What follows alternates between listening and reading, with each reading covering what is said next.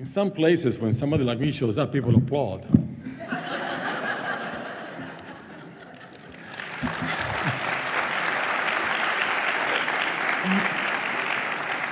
We want to impress our guests, don't we? Good afternoon indeed, and welcome to MIT's Compton Lectures. The presence of so many of you here, in spite of the ice and the cold and some snow, speaks volumes of the admiration and respect we all have for today's speaker.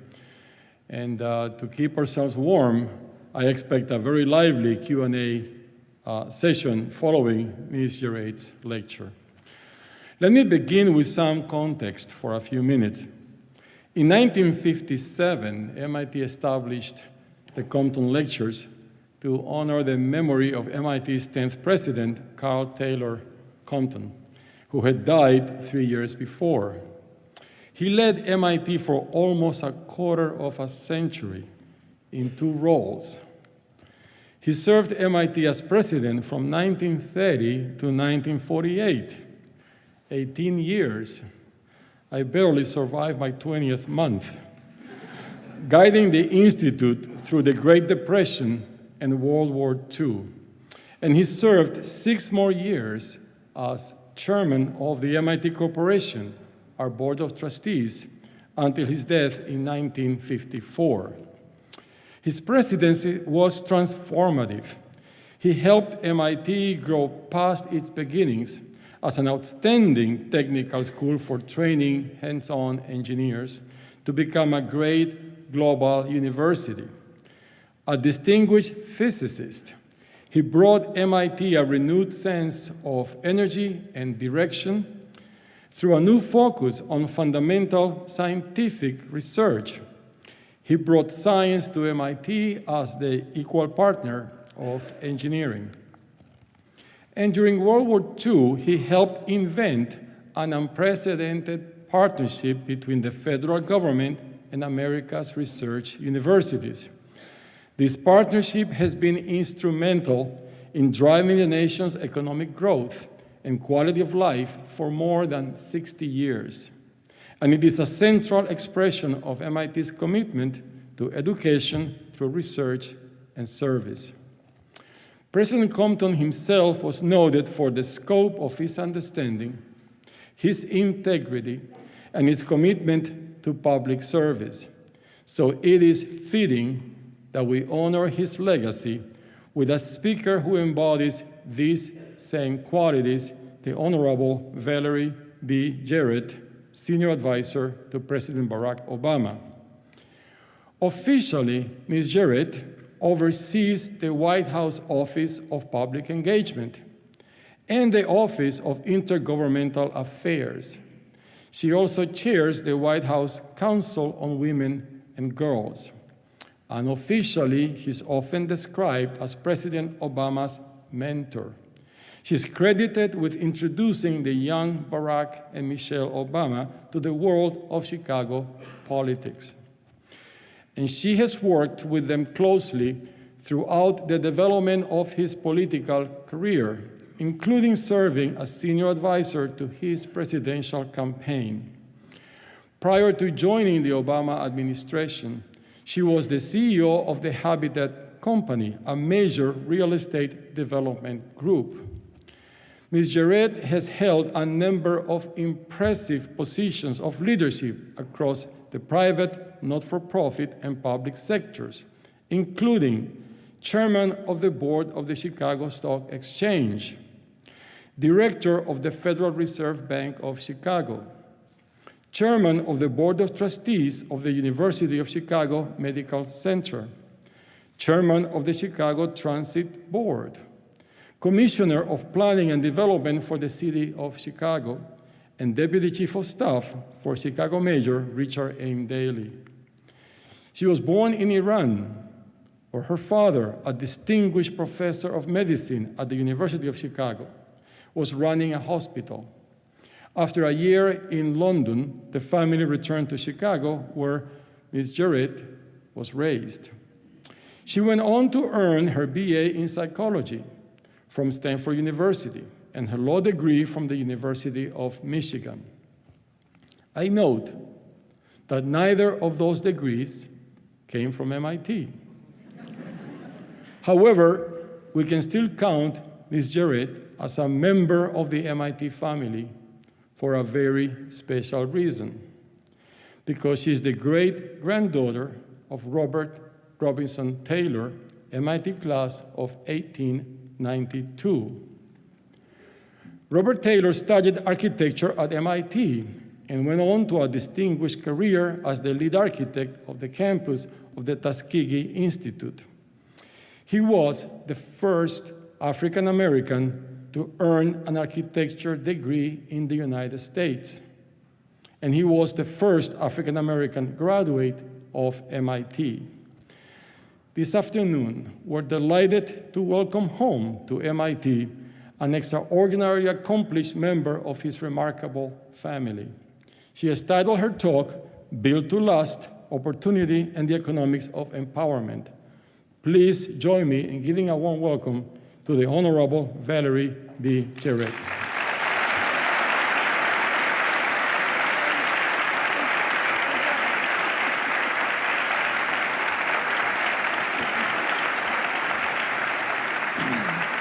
Thank you, thank you, thank you. Thank you so much, President Wright, for that lovely introduction and for welcoming me to this amazing campus. I wish the lights were on so I could see you all, but I think you're all there. It is an honor, really a true honor for me to be here with you today.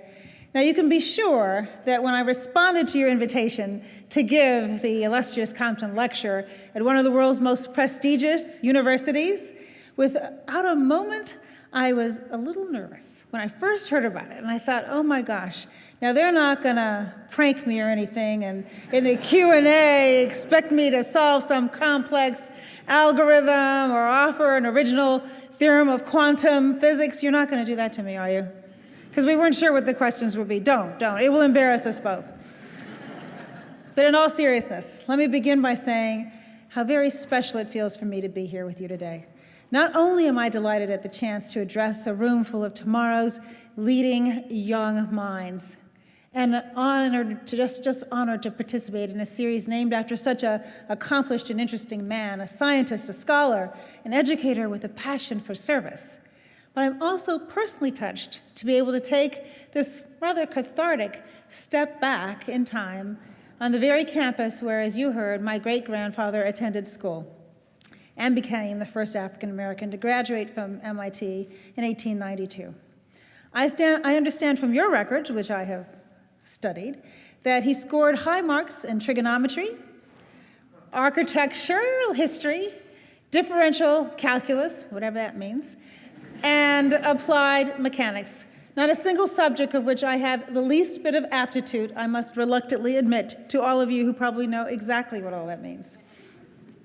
Robert Taylor's father, Henry Taylor, was born a slave in southeast North Carolina in 1823. His experience was far from typical for a black man before the Civil War, as he was given the opportunity to receive carpentry training, and he traveled around a bit, and he actually earned his own pay. He did relatively well for himself as a contractor. He was building cargo ships and raising buildings around the Atlantic coast of North Carolina. And in the summer of 1868, still in the shadows of the Civil War, Mr. Taylor had a son who he named Robert Robinson Taylor. Robert Taylor began his studies at Williston School in Wilmington, North Carolina, and he continued at the Kresge Institute, a local school for black children. After graduating, he took a job in his father's business, learning the fundamentals of carpentry and contracting. And after a couple of years on the job, Robert Taylor felt that his training needed to be formalized a bit, but needless to say, this wasn't exactly an easy feat for a black man in the South. But with a little money he had managed to save and the backing of his parents, at the age of 20, Robert packed his bags and headed north to join the very same tradition that all of you are experiencing here. He enrolled at MIT in 1888 to study architecture, just 23 years after the school opened, and still many, many years before it resembled the regional or racially diverse student body that it is growing to be today. It was during his years on campus when the seeds were sown for what would become his life work. As many of you hopefully know, Booker T. Washington was one of this country's great economic and social pioneers, championing the rights and economic liberty of African Americans in the late 1800s and early 1900s.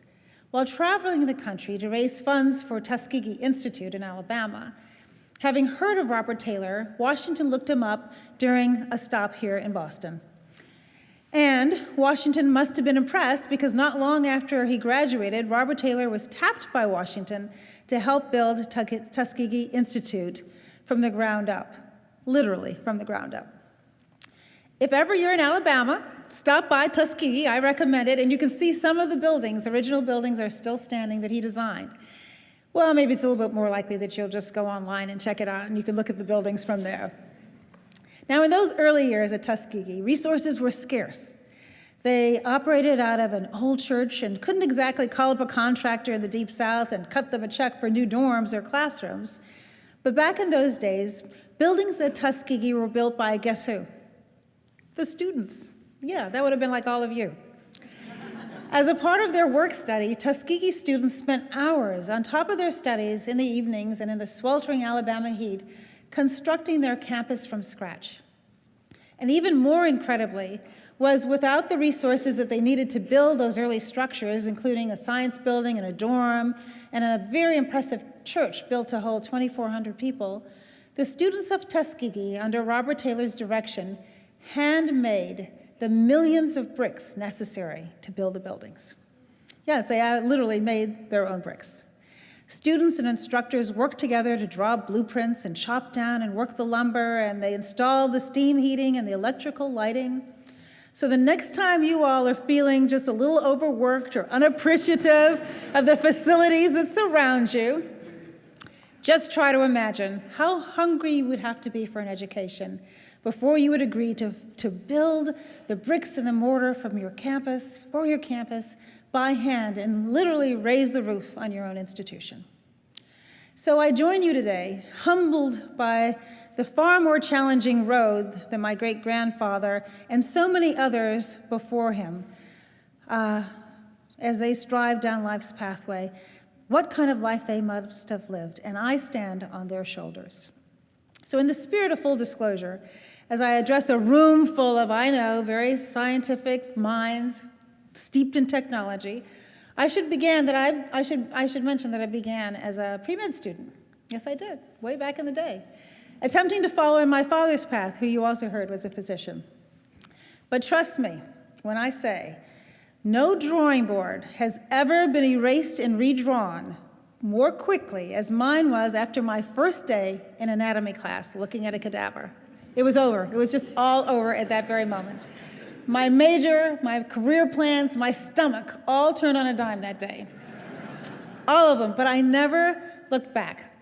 So as proud as I am of my roots, and I am, I listened to my gut. And so far, it's worked out okay. I would not have been a very good physician, I promise you. And I've had the privilege of spending my life doing the work that I care passionately about. And I strongly, strongly urge you to do the same. Listen to that quiet voice inside of you and find your passion and pursue it with all of your heart. I realized in preparing my remarks for today that my great-grandfather's story truly illustrates the message that I want to deliver to all of you today. His story was only possible because for him and for his father before him, the doorway to opportunity was cracked open. Someone put a tool in Henry Taylor's hand and gave him access to the resources and to the knowledge he needed to put his talents to work. His son was inspired by his dad's success and independence and pursued a life that would have been unthinkable in his family just one generation earlier. As I walk through my great-grandfather's old stomping grounds here today and I try to imagine what it must have been like for him, I feel truly inspired by all of the seemingly insurmountable challenges that he overcame and his tremendous accomplishments after he graduated from here. Yet still, I cannot help but think of the millions of men and women throughout the years of equal talent, of equal potential to my great-grandfather, whose dreams were never realized, who never caught even a glimpse of their rightful destiny, who never had an opportunity to show what they could do. Women, immigrants, slaves, and descendants, the rural and urban poor, countless Americans left out and held back throughout the centuries, their dreams deferred and quietly replaced with tragic or seemingly hollow realities. Loss on this scale comes at a cost to us all, as we aren't just denying the individuals their right to live full and vibrant lives that they so rightly deserve, we're forfeiting part of this country's greatest asset, the creativity and ingenuity of all of the American people. President Obama began his career, as I hope you all know, as a community organizer dedicated to opening doors to open opportunities for those who were so often left behind. Through his career and his presidency, he has advocated for equal opportunity for all, knowing that our competitive strength, the United States' competitive strength, comes from unleashing our full potential. And in his last State of the Union, the president made it clear that our economy will only thrive if every person who is prepared to work hard and play by the rules can have that opportunity to succeed. But of course, these ideals aren't easy ones to reach. And in the last 30 years, there have been tremendous advancements in science and technology, many invented by graduates of MIT, that have dramatically changed the way we live. Certainly when I was in school, the Compton lecture series would not have been live streamed over the internet with people tweeting their critique of the remarks in real time. You guys aren't doing that to me, are you? You're not tweeting. You're not tweeting. I hope you're not tweeting. But these advances have also led to great efficiencies, which have eliminated a lot of middle-class, good-paying jobs. If you walk through a factory floor today, as I often do, you'll see far fewer people, it's really quiet, and some very sophisticated computers who drive the assembly lines instead of people. And even though corporate profits and stock prices have rarely been higher, wages for those who are not at the top income bracket have flatlined and inequality has deepened. As we continue to recover from the worst recession since the Great Depression, there are still too many Americans who are out of work, who are working their fingers to the bone just to get by. They are living paycheck to paycheck, unable to save and invest in their children's education or their communities or small businesses that they've dreamt of opening. Quite simply, we can and we must do better than that. We owe it to every American who dreams of a better life, and not just because it's the right thing to do, which it is the right thing to do, but because it's also smart for our economy. And that is why we need to continue ramping up our focus and investment in science and technology, and on educating the future generations for the jobs of the future. Like the president said in this year's State of the Union, the nation that goes all in on innovation today will own the global economy tomorrow. And this is an edge that America cannot surrender. The point here is that when we're working to ensure that all Americans have full access to education, resources, role models, encouragement, opportunities that they need to reach their full potential, we are unleashing the full force of our economic capacity, and we're positioning ourselves to lead the global economy for the next generation. So let's talk a little bit about what we can do together to get that done. Now, I hope you've noticed that the president is doing everything he can to make it cool to be a geek. Tell me you've noticed that. He's making it cool. That's right. He's making it cool. I'm not sure when we've ever had a president who was so out in front with his support of geeks. And I would think that here on that campus, that would be a very important priority. He's got your back. He's looking out for you all. We have a new We the Geeks series, Google Hangouts that we do at the White House that highlight the future of science and technology and innovation here in the United States. Each Hangout features administration and private sector leaders covering topics like commercial space exploration and engineering and how students and professionals like you are turning science fiction into science fact. So spread the word, #WeTheGeeks. I'm serious about that. I expect to see you all guys on there. Then there's the fact that the president has invested $4.35 billion in a race to the top competition to encourage states to improve their curriculum and STEM achievement while broadening the participation of women and girls and people of color. We also have instituted one of the coolest new traditions at the White House, a science fair, where a handful of young scientists and inventors come to the White House and show off their skills for the president. If you haven't seen the footage, it's really worth checking out online. We are talking about really, really cool strategies for treating or diagnosing cancer and much more. It's actually pretty awesome. I think you guys should check it out. At our first fair, the president launched an initiative called Educate to Innovate, to mobilize hundreds of CEOs to invest in improving the country's STEM education, infrastructure, and preparing 100,000 new STEM teachers in 10 years and diversifying our STEM talent pool. The Federal Government Office of Personnel Management is working to encourage and train our collective 200,000 federal employees to serve as mentors. And these are just some of the efforts aimed at moving America's students from the middle of the pack globally to the head of the pack for science and math achievement in 10 years. Let's see if we can make that competition, make it even harder to get into MIT. It's already hard enough, I know. You would say, well, you're already here, so you don't mind if it gets harder for the folks who come after you. As chair of the White House Council on Women and Girls, which I am terribly proud to do, it's 5 years old this month, I'm charged with leading the administration's efforts to remove barriers for women interested in STEM while working to change the narrative in this country about who is supposed to grow up dreaming of becoming a scientist, an astronaut, or an engineer. A few years back, the president welcomed 3 winners from the International Google Science Fair contest. It was their first one online. All 3 winners, I'm proud to say, were young American women. All 3 of them. One having conducted research to improve ovarian cancer in the treatment of people with resistance to common chemotherapy drugs. She was in high school. Another having executed a study on the effects of air quality on the lungs of people with asthma. She was in high school.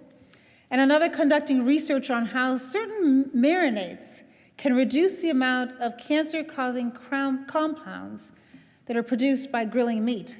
Yeah, something to think about the next time you're barbecuing. She was in high school. They all came into the Oval Office and explained their projects to the president, and he pretended to have even the faintest idea how they could possibly have come up with what they did. The truth is, little girls like to get their hands dirty too. They like to solve problems. They like to build things, and they like to roll up their sleeves and shape their own destinies, something which should be the right of every single American, even after you become parents and you're no longer cool. Which brings me, I know I can say that because I'm a very uncool mom, which brings me to something that we are very excited about that the president just announced yesterday at the White House. He's going to convene the first ever White House Summit on Working Families this June 23rd. Why is that relevant to you?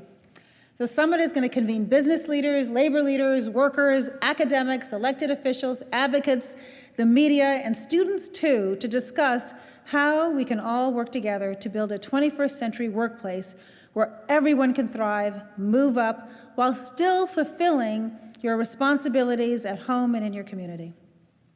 Women are graduating from college at rates equal to men, graduating from graduate school at a higher rate than men. Their careers are starting out on similar tracks, though we still need to get more women interested in STEM fields. But by their 30s, women start to lose ground. Women only make 77 cents on the dollar in this 21st century. Women of color, even less. And women still assume primary responsibility for child care and elder care. I can remember very clearly when I was a young single mom, the types of stresses and decisions I was faced with in my career. We have to do a better job of ensuring that we're giving parents of both genders the flexibility and the support that they need to fulfill their responsibilities at home without ceding ground professionally. And then there's college access and success. Earlier this year, we welcomed a couple of hundred presidents of college and universities to the White House to discuss strategies for improving access to education for all hardworking students, regardless of where they grew up or their economic status. University presidents from all across the country have pledged through this effort, and President Reif is no exception. He's made a tremendous commitment on behalf of MIT to refine and strengthen outreach to high-achieving, low-income students. Your president and his counterparts around the country are becoming more and more focused on making sure that our campuses reflect the ethnic and racial diversity of our country, to make sure we are tapping into our full potential and not leaving American talent and ability on the table. And finally, I hope some of you saw the President's announcement about My Brother's Keeper initiative. It's an effort to mobilize private and public sector forces to empower and support our boys and young men of color, to reverse negative trends and to make sure that they are in positions to compete and succeed and lead in tomorrow's future and change the workforce and be a productive member of that workforce. Whereas past generations could make a solid career with some carpentry skills and a good work ethic and a toolbox, our kids and our grandkids are going to need that, plus highly technical training with computers and coding, which I still don't know what that means, and technology. Maybe I'll learn before I leave here today. The genesis of all of these efforts stem from our understanding that we can't afford to let the potential talent, ideas, and productivity of any segment of America go to waste. The world is just too competitive, and the stakes are just too high. When I think about my great-grandfather's life, I have to also think about how many millions of sons of former slaves never got their shot, and where their great-granddaughters are today. For every one of us in this room, we have been given the gift of an outstanding education, and we have to make it count. I don't say this to inspire guilt in you, but to urge your action and to urge your commitment to service. No matter the career that you choose, there is always room in your life for service. It's a false choice that young people often saddle themselves with, to choose between ambition and altruism, between promoting opportunity for all and climbing the rungs of wealth and success. To quote Martin Luther King, it's not either or, it's both and. And that's not to say that it's going to be easy to make the kind of progress that we have to make, or simply understand the role that you're going to play. But I promise you, it's going to be hard. It's going to be challenging. There are going to be setbacks along the way. I only hope that you will always strive to make a real impact and always look for ways to serve others. History is full of stories of people beating the odds and capitalizing on the smallest of opportunities in ways that can change the trajectory of their families forever. All Henry Taylor needed was some tools and a little bit of training, and his son then stood on his shoulders and reached even higher. From slavery to the hallows of MIT in one generation. Though not even someone with spirit and vision and determination to succeed could possibly have imagined that his great-granddaughter would be serving as a senior advisor to the first African-American president of the United States and being right back here on this campus. The arc of my family's progress fills me with enormous pride and gives me boundless appreciation for the lasting impact that the policies and priorities that we set will have on millions of lives for generations down the road. So I challenge each of you, our innovators, our modern-day pioneers, to take some of your great talent and apply it to growing our economy and creating opportunity for all. Whether your career takes you to a research lab, the classroom, a factory floor, or the furthest reaches of space, remember that your legacy will be determined more than by what you simply accomplish, but also by what you do for society. And whether you have left the doors that you walk through open just a little wider for those who follow. MIT gave a very young Robert Taylor a shot at a time when many would not have, and for that I am grateful. It wasn't a handout, it was an opportunity, and he did not waste that opportunity. He used what he had, and he built a new future for my family. And even where there were no bricks, he made them by hand. So make the most of this opportunity that you have. I truly can't wait to see what each of you do to build your lives. Thank you very much.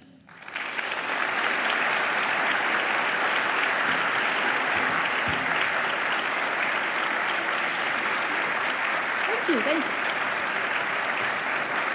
Thank you.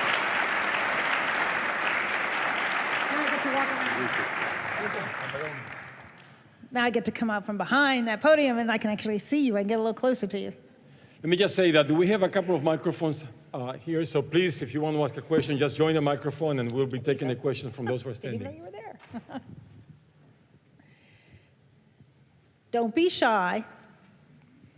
but be polite. Please be polite. At least start polite. At least start out polite, exactly. Hi, thank you so much for coming to speak with us. I just wanted to ask you to speak a little bit more about the Council for Women and Girls. Sure. So we created, I shouldn't say we, President Obama created by executive order 5 years ago, the White House Council on Women and Girls. The council is comprised of representatives of every federal agency and department, and we've come together with the simple charge of challenging ourselves of every policy, every program, every piece of legislation we support to question ourselves as to whether it has the opportunity to improve the quality of life for women and girls. So it's everything from, as I talked about, getting young girls interested in STEM, figuring out what to do from the early age through changing the college curriculum, what can we do to keep them, attract them and keep them in the field, to ending sexual assault on college campuses. About a month and a half ago, the president came to one of our White House Council on Women and Girl meetings, and he challenged us to come back in 90 days with ways of dramatically improving the reduction of sexual assault on campuses. Right now, the statistics are pretty stunning. 1 in 5 women will either be raped or experience attempted rape in their lifetime. 80% of those happen before the age of 25. 50% happen before the age of 18. And so you look around the room and you see the women who are here, you can just imagine what some of you have been through. We got to do better than that. And it's not just on college campuses. Within our own military, we have to do better. And I make the analogy because, in a sense, the people who serve in the military are in our charge, and the people who attend colleges and universities are in the charge of those administrators. And so what can we do to highlight the best practices for bringing down that to zero, share those best practices around the country, and really step up our effort. So those are just 2 examples of the many things we do. We are looking right now at what we can do to close the pay gap between men and women. What can we do to improve workplace flexibility? We've had a series of forums at the White House focusing on equal pay and workplace flexibility, and have brought in employers who have great best practices to share what they're doing. The Council of Economic Advisors, I won't answer all my questions this long, I promise. You hit on something I actually really know a lot about. The Council of Economic Advisors did a report about 3 years ago that demonstrates that companies that have flexible workplaces are more productive and more profitable. So you're not just doing it because it's good for the women, it's good for your business. It enables you to attract and retain talent in record numbers because everybody is demanding the flexibility right now.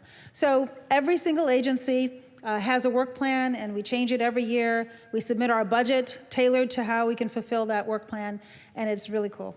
Ma'am, if I could just ask a follow-up on that, will the Council for Women and Girls continue after President Obama's presidency? Well, that will be up to the next president, but I have to tell you, it's going to be really hard to get rid of it.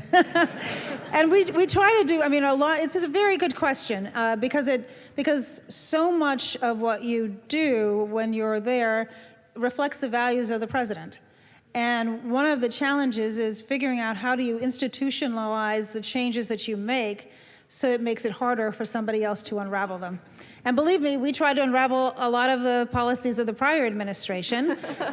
And so but something like women and girls, it's going to be, I can't imagine. And hopefully everybody will hold the administration accountable to continue what I think has created enormous benefits to women and girls all over our country. Thank you. Great question. Thank you so much for being here. I think I'm very excited about a lot of the programs that you talked about, but I'm also very curious about the financing for a lot of these programs, because they're going to have to happen on the street, at the local level, at the organizational level. So any thoughts on that, of how are these things going to be financed in general? Yes, excellent question, because at a time, you can't pick the time that you get elected, but my goodness, probably the best time to affect enormous change is not when you inherit like the worst economic recession since the Great Depression. Because not only did the country suffer and many, many people lost jobs, when the president took office, our country was losing 750,000 jobs a month. Now, we've had to dig our way out of, an enormous recession, and over the last 48 months, we've created over 8.5 million jobs, but there's still too many people who are unemployed, which then reduces the revenues that are available not just at the federal level, but state and local government as well. They're really hurting. And so what we're doing is we're having to be more creative and using our dollars to leverage change at the local level. So for example, the My Brother's Keeper initiative has no new federal dollars in it. What the president has challenged us to do is to look at all the federal agencies and the programs that we currently fund and do a real assessment of which ones are working and which ones are not, which ones should be consolidated, and how can we use our dollars to leverage change? So challenging the private sector, challenging state and local government, that will provide a little resource, but then you have to come in and demonstrate evidence-based programs that are actually changing the lives of these boys and men. So it requires much more creativity as we try to get our fiscal house in order. But ultimately, and it gets back actually to the first question of making sure that these initiatives continue, when you have a partnership with the public sector, through the private sector and the foundations, et cetera, and you get buy-in broadly around the community of our country, it's harder to change courses. And people want to support what works. When we met with a group of business leaders and faith leaders and foundations, and we encouraged them to support, and we showed them the evidence that demonstrates programs that are working, everybody wants to be for that. I mean, it's very simple to invest when you see the return that you're getting, and you understand how it's really in your self-interest to make sure that we're not leaving a whole segment of our population behind. So it's much more challenging now than when revenues are abundant, but ultimately, I think the sustainability of these initiatives comes when they are in partnership. Thanks for your lecture and your time. In my limited experience, I've seen that growing up, kids are easily excited by these, STEM concepts. And I've seen that the largest impediment to children actually, regardless of race or ethnicity or gender, a large impediment to pursuing STEM education or the different aspects of STEM is confidence. I can't tell you how many times I've seen, oh, I can't do math, oh, I can't do that, I can't do biology, that's hard. That would be me, yes. And no, but I think I tried though. I did give it a good college try. Well, a lot of people don't, Yes. and Yes, right. a lot of the STEM outreach has been focused on, inciting this excitement or, showing the highlights of, once you go through the process. But there's very little that's focused on overcoming that lack of confidence. And I was wondering what ideas you had about, countering this deficiency that's just, part of someone that's just kind of hesitant to go through with some of these Yes. difficult processes. I have thoughts on that. Mentorship. Mentorship from somebody who the person can relate to. And I'll tell you two quick stories. Ursula Burns, who you all may know is the CEO of Xerox. She grew up poor in New York, but she had an aptitude for engineering, and she didn't even really know she had an aptitude for engineering or what that would mean, that she was good in math when she was in high school. And somehow someone said to her, there's an internship available at Xerox, why don't you apply for it? And she did, and she walked in the door of Xerox, and she looked around, and she thought it looked pretty nice, and people there mentored her. And now she's the CEO of Xerox. And I was just with her yesterday, and I tell this story all the time. She said it wouldn't have happened if she hadn't had that internship where she could actually see what the talent she had could translate into. And so part of it, the confidence comes from trying something and seeing that you're good at it and having an experience in an environment where people want you to succeed. And if you're in an internship, they're investing in you and they want you to succeed. So that's one story. Another story, this came from Magic Johnson, was at Our Brother's Keeper initiative, and he told this story about having a partnership with the leadership at Allstate Insurance in Chicago. And the CEO of Allstate offered to come out and talk to some of the young people in a group that Magic was trying to help. And Magic said, no, how about if I bring the kids to the Allstate building and you introduce them to some officers of color who can talk to them. And so he took the kids out to Allstate, and they had a great time. And he said he was listening to the kids on the bus going home, and they were all saying, I want to work there. That was cool. And I met somebody who I could relate to. So I think women and people of color who often shy away from the STEM fields, They need that mentorship. They need that connection. They need to see how that hard work will translate into something that will be a very fulfilling career. But you're right, there's a psychology to it that can be as much of a deterrent as the actual work itself. A quick follow-up, I'm sorry, can I ask? I'm just wondering, for someone in your position or someone that has the ability to make, programs on a national scale, how much you even attempt to provide this personal touch on such a broad scale of mentorship? Well, we do at the White House. We have a mentorship program at the White House with young girls who are in D.C. And through many of our offices that touch science and technology and engineering, we have mentors. And as I mentioned in my remarks, we have about 200,000 federal employees who are in the STEM field who all mentor and go to schools and talk to young people and try to get them excited about it and try to build that confidence, because there's nothing like success to make you feel confident. And sometimes you just got to get that foot in the door. So, and if you have other ideas for ways that we could do it, we're all ears. I appreciate it. You could help too.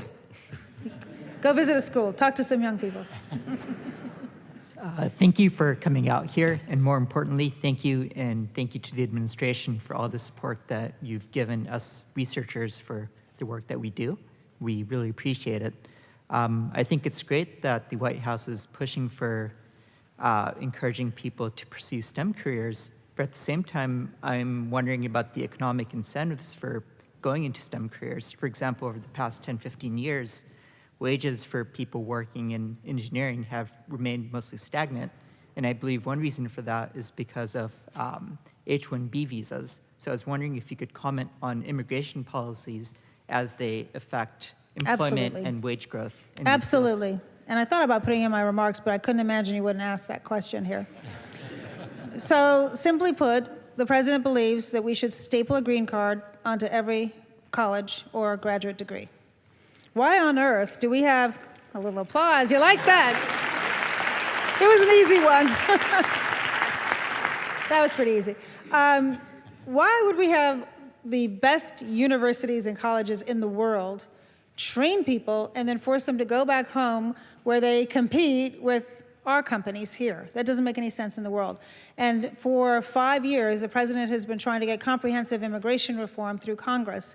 And we are still hopeful that it could happen as early as this year. And it has been unnecessarily tough. Obviously, the Senate passed a bill that wasn't perfect, but it's certainly one that we would support, that did address this issue of high-tech immigration. And it's languishing, as many things do in the House. But I think, based on the president's conversations with Speaker Boehner is committed to trying to get this done this year, and we will work with him to try to do it. Because you're right, at the same time as we have so many Americans who are still out of work, we also have vacancies in the STEM field. And when I was out in Silicon Valley not that long ago, they were telling me about paying a finder's fee if you could find an engineer for them that with the specifications that they needed. We need to harness that talent right here and keep it here. And we also have to expand the number of people who are going into the field. We have to do both, and that's another one where it's not either or, it's both and. So we are betting on the, one of the, and I think I mentioned this in my remarks as well, part of what makes the United States so excellent is our innovation and our ability to think big and then follow up those great ideas. And that's why the president, when he first came in, and every year since then, at a time when we've had to shrink our budget, has invested in basic science and research and technology, including healthcare technology, because we appreciate that those are the growth industries of the future, and those are the industries, if we position ourselves right, that will keep us globally competitive.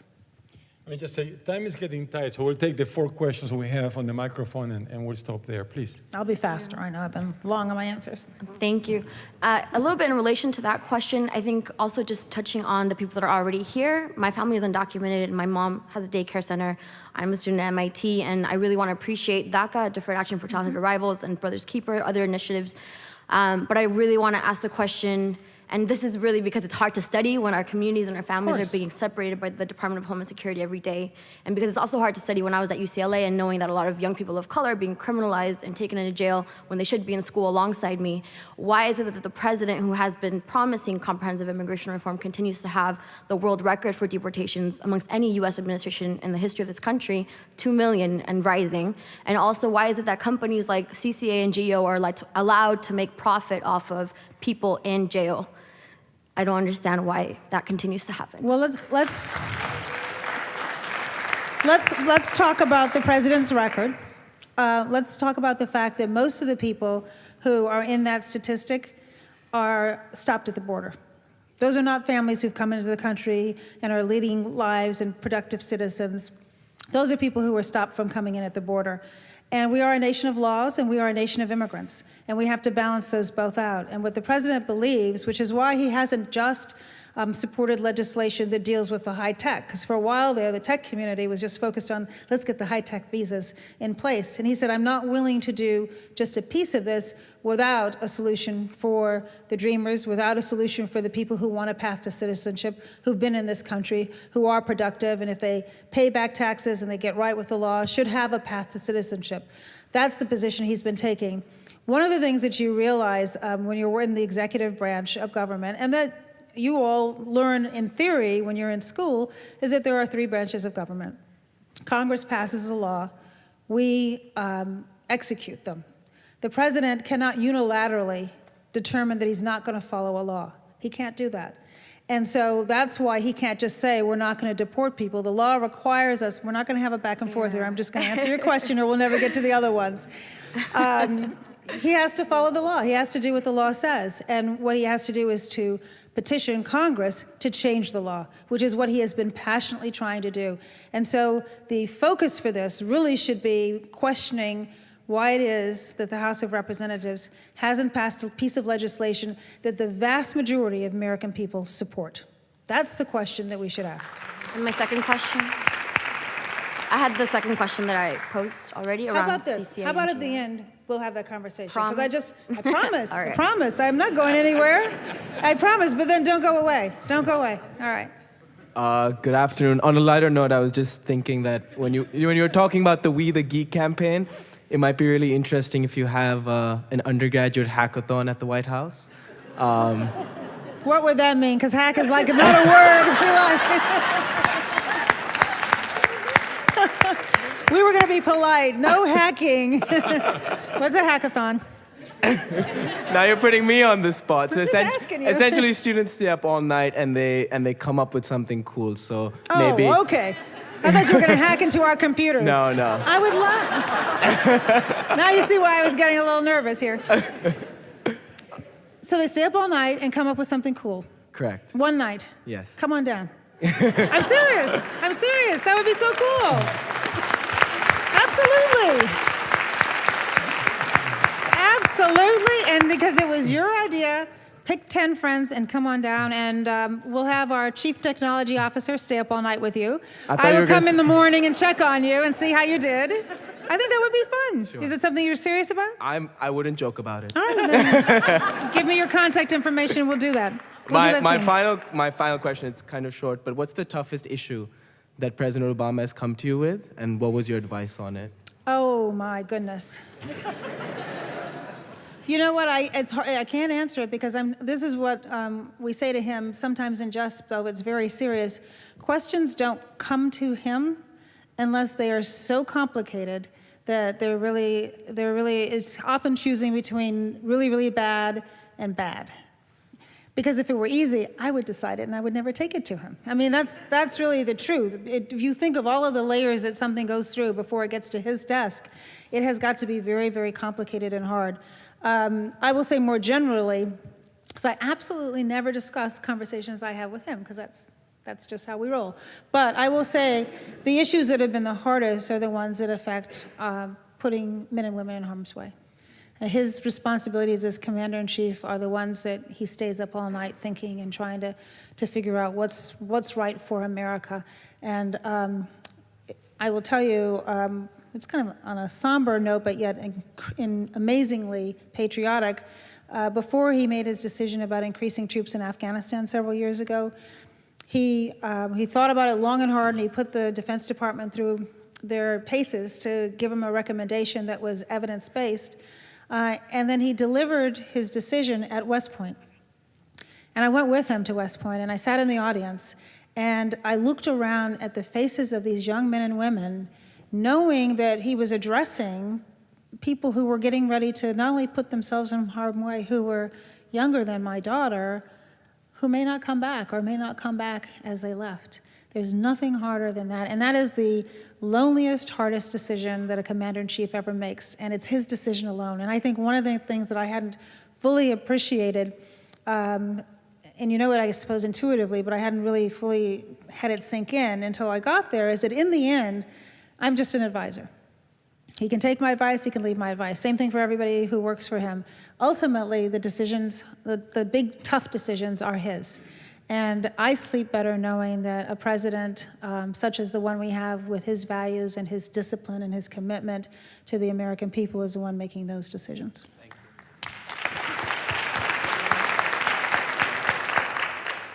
Ms. Jarrett, thanks for coming. So I just have a question about the minimum wage. So President Obama had said they raised the wage from 7 to 10. Mm-hmm. So I'm just wondering, when you raise the wage for the public sector, somewhere else got to give in. So I'm just wondering, what's the impact of this minimum wage raise, and do you think it hurt job creation in the private sector?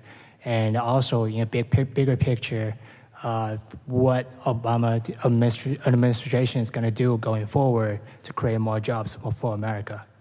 Well, the answer to the second question is, I'm counting on you. Because the long-term sustainable health of our country does not rest with the federal government creating jobs. We should foster an environment in which you can unleash your talents. The real job creation is in the private sector. So we educate people, we try to provide them with the skills they need, we provide infrastructure, we create and foster this environment that makes us so globally competitive, but the job creation comes from you. Now, wait, what was the first question? I should never answer the second question first. Right. What was it? Oh, you forgot too. I forgot too, actually. It was a good question. What was it? Yeah, I don't know. What was it? Yeah, minimum wage. Oh, minimum wage. Thank you. All right, so the president has called for raising the minimum wage, graduated over time to 10.10. And that would be nationally. And our economists, and we have many from here, no doubt, some of the best economists in the world who think it's good for the economy. You're going to put a little extra money in a lot of pockets. And if you look at the minimum wage, getting back to my White House Council on Women and Girls hat, disproportionately low-wage workers are women, and oftentimes single moms. And so just having a little bit more money in their pocket will help them. They will go spend that money, and that will be good for the economy. And so net, we think it's going to create jobs. We weren't able to get it passed yet through Congress. We're still trying, but in the meantime, the president is going to require all employees of federal contractors, which he can do using his authority. It's within his right as president of the executive branch, to require them to raise their minimum wages. And what we've seen since the president's announcement is companies like the Gap. We were in New York a couple days ago, and we dropped in on a Gap store. He hadn't been shopping in New York in a very long time. It was very cold, he said, to be able to just stand on a sidewalk, not under a tent. But we went in and we were lifting up the Gap because they, on their own, have decided to raise the minimum wage. You're seeing states like Connecticut, cities like San Antonio, all around the country deciding to raise their minimum wage. And we would prefer to do it at a national level, but we'll take it any way we can get it. Thank you. Looks like you get the last question, plus my follow-up on the side. Thank you very much for your wonderful lecture. I have a question. What are the White House initiatives for women from the countries who are fighting for their democratic values, like Ukraine, and where they show their incredible leadership in advocating democratic values, Yes. and now they are speaking for the peace in Ukraine? Excellent question. So 2 years ago, Secretary Clinton, when she was Secretary of State, and I launched a new initiative called Equal Futures. And Equal Futures is a challenge to countries all around the world to make a commitment to focus on the security, economic security, and political advancement of women in those countries. And right now we have 23 countries and counting who want to work with us, share best practices about what they're doing to get women into the political system, because I'm a strong believer that if we had a Congress that had more women in it, we'd get a lot more done than we do. Believe me on that. Even the guys are clapping. You know I'm right. And so we are hoping to use this initiative to reach out to countries all across the world and share what works and lead by example. So we're doing the same thing in the United States. Economic and political empowerment of women is the way to success in those countries. And we need to support countries, which is why the president is standing so steadfast with the people of Ukraine to support those democratic values. And we'll do everything within our power around the world to do that and lift it up. And it's a matter of common interests and common values and ones that we should support. Thank you very much. Good question. Good question. We have been exposed to a tremendous privilege and an amazing treat. Let's show our deep appreciation to the Honorable Valerie Jarrett. Thank you. Thank you very much. That was fun.